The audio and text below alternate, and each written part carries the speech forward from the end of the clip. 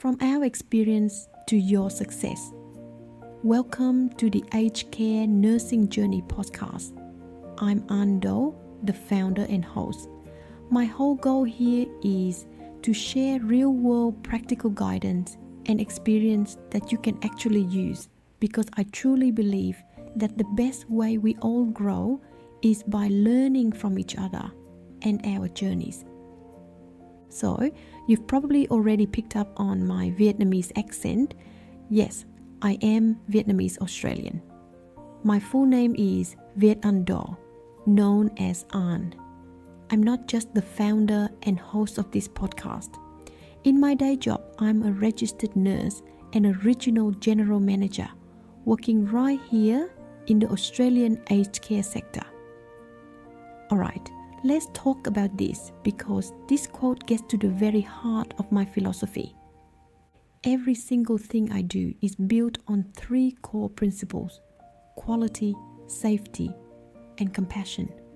And for me, they aren't just buzzwords that you stick on a wall. They are my absolute non-negotiables. They're the foundation of my entire career. And honestly, the whole mission behind the series. So, to really help you understand where all this passion comes from, I want to walk you through my journey. We're going to look at how this new chapter began for me, what my professional foundations are, some of the leadership challenges that really shaped my approach, and of course the pillars of support that were so crucial. After that, we'll dive into my vision for the future and how you can be a part of this growing community. So let's start at the beginning. My story, it really does span continents. It's taken me from acute care in Vietnam all the way to a senior leadership role here in Australia. And let me tell you, it's been quite a ride. But it also means I've been incredibly lucky to see our aged care system from pretty much every single angle you could imagine. You could say my career has really been a tale of two very different worlds. Back in Vietnam, I was working in these really high pressure environments: anesthesia, operating theaters, and ICU. But when I moved to Australia in 2008, I made a decision that, well, a lot of people probably thought was a bit strange. I decided to completely hit the reset button. I started all over again, right from square one. I worked as a carer and assistant in nursing. I actually did it all. And why? Because I wanted to learn the Australian aged care system. From the ground up, I needed to truly understand the lived experience of both our residents and our incredible frontline staff. Now I have to be really clear about something. I absolutely could not have made that leap on my own.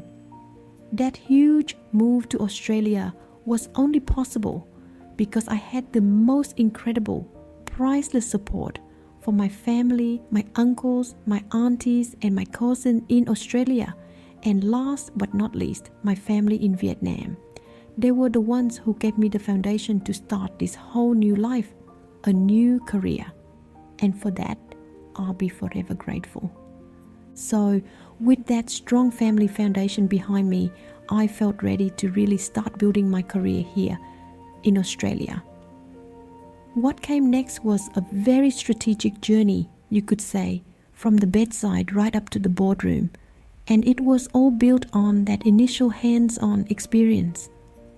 As you can see, my career moved through quite a few key roles. But for me, each step was so much more than just a new title on a business card. It was a chance to gain a whole new perspective. I think what most important to me, what I carry with me every day, is that I've walked in the shoes of the people whom I now have the absolute privilege to lead. So this is where things get really interesting. This was the ultimate leadership test for me. I was asked to step in as the acting facility manager at a home that was under sanction. And when my team and I walked in, we were facing 23, more than 50% unmet requirements from the regulator. That number it's staggering. It tells you there's a huge problem. That number pointed to really deep systemic issues that we had to fix, and we had to fix them fast. So we focused on 3 core strategies. First, systematic improvements, like a complete overhaul of the medication management. Second, driving a real profound cultural change, starting from the ground up. And third, fostering a culture of strong collaborative team leadership and the results of all that hard work. Within just 6 months, the sanction was lifted. And I have to say, all the credit for that goes to my incredible team. We absolutely did that together. In my opinion, that experience was the ultimate proof that my methods, the ones built on that foundation of quality, safety, and compassion, they actually work in the real world. I strongly believe that kind of success never ever happens in a vacuum. It was driven by a deep philosophy, but it was held up by 2 core pillars, and these are the pillars that have supported my entire career and really made everything possible. The first pillar, without a single doubt, is my family. My job involves a lot of travel, and there is just no way I could do what I do without them. My mother, my husband, and my younger sister, they are my rock. They're the ones looking after my 2 beautiful children, Teresa and Thomas Tam, while I'm on the road. I couldn't do any of this without them. The second pillar is professional mentorship.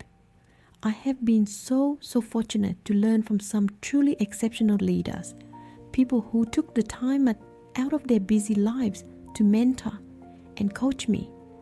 Their guidance genuinely shaped the leader I am today, and that's exactly why I am so passionate about paying it forward and helping the next generation of leaders. This actually brings me to a term that my mentors often use to describe me.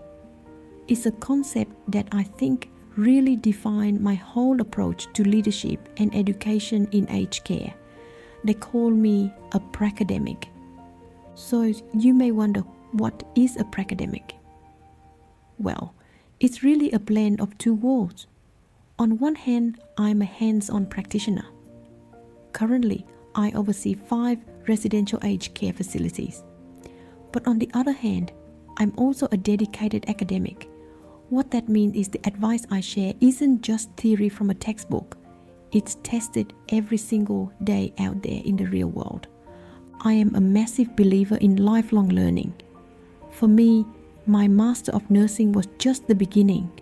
Right now, I'm so excited because I am studying for a diploma in artificial intelligence, and at the same time, I'm working toward becoming an internationally credentialed professional coach.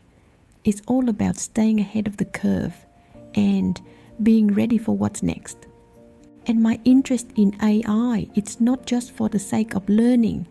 It's driven by this core belief I have that we can implement high tech to enrich high touch. I really believe we can use technology to streamline all those administrative tasks and free up our amazing teams to spend more quality face-to-face time with our residents. That is the ultimate goal for me.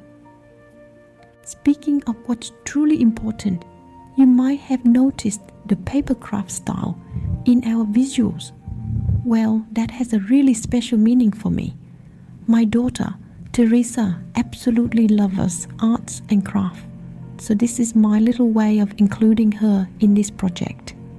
It's about creating some lovely memories for Teresa, so she can look back and be proud of her contribution when she grows up.